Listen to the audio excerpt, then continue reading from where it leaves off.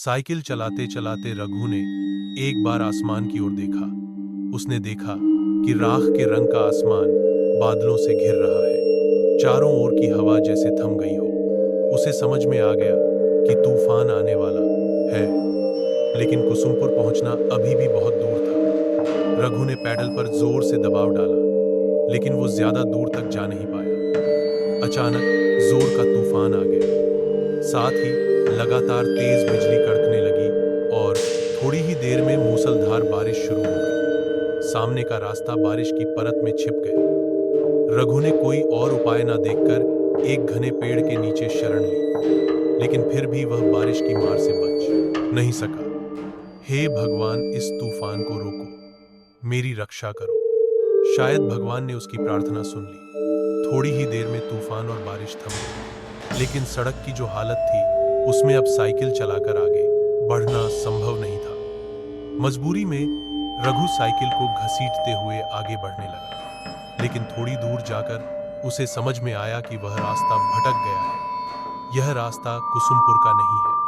वह सोच में पड़ गया कि अब क्या करें। तभी उसके कानों में आवाज आई, क्या आप रास्ता भटक गए हैं? देखा कि धुंधले अंधेरे में एक छाया मूर्ति खड़ी है। कौन हो तुम? मैं रतन हूँ बाबू। लगता है आप रास्ता भटक गए हैं। मेरा मतलब है मुझे कुसुमपुर जाना है, लेकिन नहीं जा पाएंगे। कुसुमपुर जाने वाला रास्ता बंद है। रास्ते में पेड़ गिर गया है। रघु मुसीबत में पड़ गया। वह पागलों की तरह सामने अंधेरे में डूबी सड़क की ओर देखने लगा। यहीं पास में मेरी चाय की दुकान है। चलिए, फिर से बारिश शुरू हो जाएगी। रघु ने आसमान की ओर देखा, फिर हल्के से सिर हिलाकर हामी भर दी। आइए मेरे साथ आइए। रघु ने अपने दुविधा भरे मन के साथ उसका पीछा किया, और जैसे जैसे वह आगे बढ़ता गया उसे कुछ महसूस होने लगा। जिस वक्त से वह आदमी उसके पास आया है, तभी से रघु को भीगी हवा में किसी जले हुए चीज की गंध आ रही थी। क्या हुआ? जल्दी कीजिए। हाँ हाँ, आता हूँ। साइकिल लेकर वह तेजी से आगे बढ़ा। थोड़ी दूर जाते ही उसने एक गांव का पेड़ देखा। पास ही एक झोपड़ी नुमा घर था। वहां किसी हेरोरिकन जैसी चीज की लौ जल रही थी। रतन ने फिर से आवाज दी, आइए बाबू, यही मेरी चाय की दुकान है। रघु ने साइकिल को गांव के पेड़ से टिका दिया और झोपड़ी के चौखट पर आकर खड़ा हो गया। उसने देखा कि एक तरफ एक चूल्हा है और उसके चारों ओर चाय बनाने का सामान रखा है। रघु हैरान हो गया, यह सोचकर कि इतनी सुनसान जगह पर इस चाय की दुकान में आखिर चाय पीने कौन आता होगा। रतन एक मोड़ा ले आया। बैठिए बाबूजी, मैं चाय लाता हूं। रघु अपनी गोद में रखे थैले को कसकर पकड़कर बैठ गया। बाहर फिर से तूफान शुरू हो रहा था। बिजली चमक रही थी और गड़गड़ाहट के साथ कड़क रही थी। ये लीजिए चाय, आप बहुत भीग गए हैं, ये पीजिए, अच्छा लगेगा। इतनी जल्दी चाय बनाकर ले भी आया। हैरानी की बात थी, हल्की हल्की बारिश शुरू हो गई। रघु चाय की चुस्की लेते लेते पूछ ही बैठा, यहां चाय पीने कौन आता है? मतलब इतनी सुनसान जगह में पहले कुछ दूरी पर एक बस स्टैंड था, तब लोग आया करते थे, और अब आप जैसे कोई कोई आता है। उस आदमी की बातों में क्या था कौन जाने, लेकिन रघु का सीना एकदम से सिहर उठा। उसने कुछ असहजता के साथ चाय की एक चुस्की ली। आप चाय पीजिए, आज रात आप नहीं जा पाएंगे बाबूजी, रात को यहीं रुकना पड़ेगा। रघु ने देखा कि बारिश की बूंदें अब और भी तेज हो गई हैं। तूफान की रफ्तार भी काफी बढ़ गई है। बिजली लगातार गिर रही है, लेकिन एक चीज देखकर उसे बहुत हैरानी हुई। इतनी तेज आंधी के बावजूद हेरिकन की लौ जरा भी नहीं हिल रही थी। ना जाने क्यों रघु को लगने लगा कि उसके चारों ओर जो कुछ भी है वह सच नहीं है, जैसे कोई जाल है जो चुपचाप उसे अपने भीतर लपेट रहा हो। बैग में रखे हुए इतने सारे पैसे, उसका सीना एक बार फिर धक धक करने लगा। जब बारिश थमी तब तक रात काफी बीत चुकी थी। खाना पीना कुछ देर पहले ही निपट चुका था। रतन दहलीज पर रघु के लिए बिस्तर लगाते हुए बोला, कहां गई? झूमर बाबू को पान नहीं दिया। आइए बाबू, यहां लेट जाइए, डरने की कोई बात नहीं है, मैं और झूमर तो है ही। रघु ने हल्के से सिर तो हिलाया, लेकिन उसके सीने में एक बार फिर से टीसी सी उठी, जैसे उसकी छाती के भीतर कोई धीरे धीरे उसे कुछ समझाने की कोशिश कर रहा हो। जैसे ही नूपुर की झनझनाहट कानों में पड़ी, वह हल्के से चौंक कर देखने लगा। झूमर धीमे कदमों से आगे बढ़ रही थी। उसकी आंखों में जैसे कोई खास इशारा था जो उसने रतन की ओर किया। रतन ने भी जरा सा गर्दन हिलाकर कुछ जताया। यह बात रघु की नजरों से छुपी नहीं रही। लीजिए बाबू पान, पान मेरा मतलब है खाइए खाइए, झूमर के हाथ के पान खा के आप जिंदगी भर नहीं भूल पाएंगे। रघु कांपते हाथों से पान उठाने ही वाला था कि एक तीखी सड़ी सी गंध उसकी नाक में आ लगी, कुछ वैसी ही गंध जैसी कच्चे खून की होती है। अचानक आई एक तेज हवा के झोंके से झूमर के सिर की ओढ़नी सरक गई और जो दृश्य रघु ने देखा उसे देखकर उसका खून जैसे जम ही गया। झूमर के गले पर खून की एक लकीर थी, वहां से एक पतली धार बह रही थी। झूमर ने तेजी से अपनी ओढ़नी ठीक की और पलक झपकते ही गायब हो गई। रघु ने जैसे मशीन की तरह पान को मुंह में डाल लिया। रतन हैरिकन की लौ धीमी कर कमरे के अंदर चला गया। रघु एक अजीब सी घबराहट और बेचैनी लेकर लेट गया। रात गहरी और शांत थी, केवल झींगुरों की आवाज उस सन्नाटे को तोड़ रही थी। पास के किसी झाड़ी से एक भूखा सियार चीख उठा। फड़फड़ाते पंखों की आवाज के साथ एक काला उल्लू आकर गाब के पेड़ पर बैठा और अपनी डरावनी आवाज में बोल उठा। रघु का सीना बार बार कांप उठता रहा। भगवान, देखना ताकि रात ठीक से कटे। थकान की वजह से थोड़ी ही देर में रघु सो गया।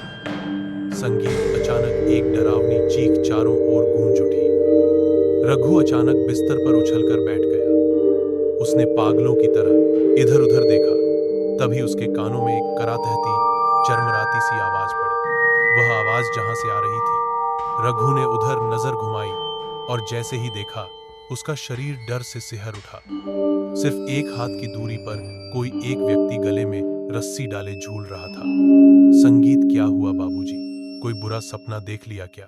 संगीत, रघु ने देखा कि झोपड़ी के सामने जो आंगन जैसी जगह है, वहां एक लगभग टूटे झुके बांस के मचान पर रतन बैठा है। उसने एक बार फिर धीरे से गर्दन घुमाकर उस ओर देखा, जहां कुछ देर पहले कोई गले में रस्सी डालकर झूल रहा था। लेकिन यह क्या? वहां अब कुछ भी नहीं था। क्या ढूंढ रहे हैं बाबूजी? कुछ नहीं है, वो सब बुरा सपना है। तुम इतनी रात को बाहर क्यों हो? बहुत गर्मी है, इसीलिए बाहर की हवा लेने आया हूं। आप भी आइए ना। रघु समझ गया कि उसका शरीर पसीने से तर-बतर हो चुका है, इसीलिए वह बिस्तर छोड़कर मचान की ओर बढ़ गया। भीतर दबा एक अजीब सा असहज भाव लिए वह रतन के पास जाकर बैठ गया। तभी कहीं पास से एक निशाचर पक्षी तीखी आवाज में चिल्ला उठा। उस एक चीख ने पल भर के लिए फैली खामोशी को चकनाचूर कर दिया। इतनी गर्मी है, अब नींद आएगी ही नहीं। ऊपर से सपने में आप क्या कुछ देख रहे हैं? इससे अच्छा मैं आपको एक कहानी सुनाता हूं। 3 साल पहले की बात है। ऐसा ही एक चाय और नाश्ते का दुकान था उसका। सब कुछ ठीक ही चल रहा था, लेकिन इंसान अकेले कब तक रह सकता है? इसलिए उसने शादी कर ली किसी दूसरे गांव की एक लड़की से। उस लड़की को एक नजर देखते ही नजर ठहर जाती थी। बहुत लोग कानों कानों में फुसफुसाते रहे, यह तो जैसे गोबर में कमल का फूल होगा तो उसके चाहने वाले भी होंगे। खैर, दुकान में भीड़ बढ़ने लगी और उसकी बीवी ने भी हाथ बटाना शुरू कर दिया। उसकी चाय की दुकान में शंकर रोज चाय पीने आने लगा। 1 कप चाय पीता था, लेकिन 1.5-2 घंटे तक बैठा रहता। उसकी बीवी की तरफ उसका नजर है, यह समझ में आ रही थी उस आदमी को, लेकिन नई दुल्हन के बारे में ऐसा कुछ सोचने को उसका मन नहीं मान रहा था। इतनी सुंदर पत्नी के बारे में कोई आदमी कैसे सोच सकता है? यह सब वो आदमी भी नहीं सोच सका। ऐसे ही दिन कट रहे थे। एक दिन दोपहर के बाद वो बाजार जाने के लिए निकला। मैं चलता हूं, आखिरी बस में लौटूंगा।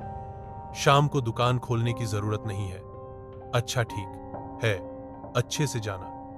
बाजार में खरीदारी करते करते वो समझ गया कि तूफान आने वाली है, इसलिए जल्दी सामान लेकर वो पहली वाली बस पकड़ ली। जब बस ने उसे मोड़ पर उतारा, आसमान काला हो चुका था। एक बार आसमान की तरफ देखा और तेजी से घर की तरफ चल दिया। लगता है बारिश होने वाली है। बीवी अकेली है, अकेले डर जाएगी। लेकिन तब तक उसने सोचा भी नहीं था कि थोड़ी देर में क्या होने वाला है। आंगन में आते ही घर के अंदर से एक दबादबा हंसी की आवाज आने लगी। एक पल के लिए वह ठिठक गया। दरवाजे की तरफ न जाकर वो खिड़की की तरफ बढ़ा। खिड़की से अंदर झांका। घर की मध्यम रोशनी में जो उसने देखा, उससे उसके शरीर में जैसे बिजली दौड़ गई। बिस्तर पर शंकर लेटा हुआ था और उसकी बीवी उसके सीने पर आधी लेटी हुई धीरे धीरे हंस रही है। हाथ से बैग गिर गया। बीवी के लिए लाया हुआ चूड़ियां भी जमीन पर गिर के टूट गई। कौन? शंकर दौड़ते हुए बाहर आ गया। उस आदमी को देखते ही वो हक्का बक्का रह गया। आप तो बोले थे आखिरी बाज पे। बात खत्म भी नहीं हुई थी। एक तेज धार वाली चीज से एक बच्चे ने वह अपनी पत्नी की गर्दन पर वार कर दिया। बवारे की तरह खून निकल आया। पत्नी अपनी गर्दन पकड़ लिया और जमीन पर गिर पड़ी और उसका शरीर बार बार झटका खाकर स्थिर हो गया। शंकर अब तक पत्थर की तरह खड़ा था। अब वह भी हाथ जोड़कर माफी मांगने की कोशिश करने लगा। वो आदमी धारदार चीज हाथ से फेंक कर शंकर को बालों की मुट्ठी से पकड़ लिया और घसीटते हुए ले चला। शंकर पूरी ताकत से भागने की कोशिश करता रहा। गुस्से में शंकर को जमीन पर पटक दिया। फिर बांस की छत से लटक रही रस्सी को खींचकर शंकर की गर्दन में फांसी की तरह डाल दिया और दोनों हाथों से रस्सी के छोर को खींचने लगा। शंकर के मुंह से दम घुटने की आवाज निकलने लगी। उसकी आंखें बाहर की तरफ निकल पड़ी। तड़पते तड़पते उसका शरीर धीरे धीरे शांत हो गया। वह आदमी पागल की तरह अपनी पत्नी के खून से लथपथ शरीर को घूरता रहा। फिर गला फाड़कर सीख पड़ा, बेबी ऐसा क्यों किया तुमने? क्यों किया? आदमी थोड़ी देर बाद उठा, घर के अंदर गया। जलती हुई लालटेन लाकर फेंक दिया बीवी के शरीर के ऊपर। उसने दांत भींच ली। आंखों से आंसू फूट पड़े। कड़कती आवाज के साथ बिजली गिरी। तेज आंधी ने आग को पूरे झोपड़े में फैला दिया। धकती आग में वह आदमी भी जलने लगा, एक भयानक मृत्यु चीख के साथ। रघु जैसे किसी गहरे सम्मोहन में डूब गया था। जाइए बाबू, तैयार हो जाइए, थोड़ी देर में सुबह हो जाएगी और हमें भी तो जाना होगा। रघु ने अब और बात नहीं बढ़ाई। रात जैसे तैसे कट ही गई थी। वह जल्दी जल्दी तैयार हो गया। फिर दरवाजे में हल्के से दस्तक दी। मैं चलता हूं। सुन रहे हैं तो फिर मैं चलता हूं। नहीं, कोई उत्तर नहीं आया। एक पल के लिए रघु रुका और सोचा। फिर गाब के पेड़ से टिका कर रखी हुई अपनी साइकिल उठाई और बाहर निकल गया। ना जाने कहां गए। लौटते वक्त एक बार मिलकर जाऊंगा। लेकिन कुछ दूर जाते ही रघु को याद आया कि वह लापरवाही में पैसों का बैग वहीं भूल आया है। वह तुरंत साइकिल घुमाकर वापस उसी जगह लौट आया। लेकिन ये क्या हालत? वो झोपड़ी कहां गई? वहां तो अब सिर्फ एक अजली झोपड़ी का ढांचा पड़ा हुआ था। तो क्या रतन ने जो कहानी कल सुनाई थी वो आप शायद यह ढूंढ रहे हैं? रघु तेजी से पलटा। देखा उसका पैसों वाला बैग। कौन हो तुम? मैं झूठ तेज हवा के झोंके से ओढ़नी हट गई। वही सड़ी सी तीखी गंध फिर से उसकी नाक में आ लगी। रघु की आंखों के सामने प्रकट हुआ एक औरत का भयावह खून से सना चेहरा। रघु होश खो बैठा और साइकिल समेत वहीं सड़क पर गिर पड़ा।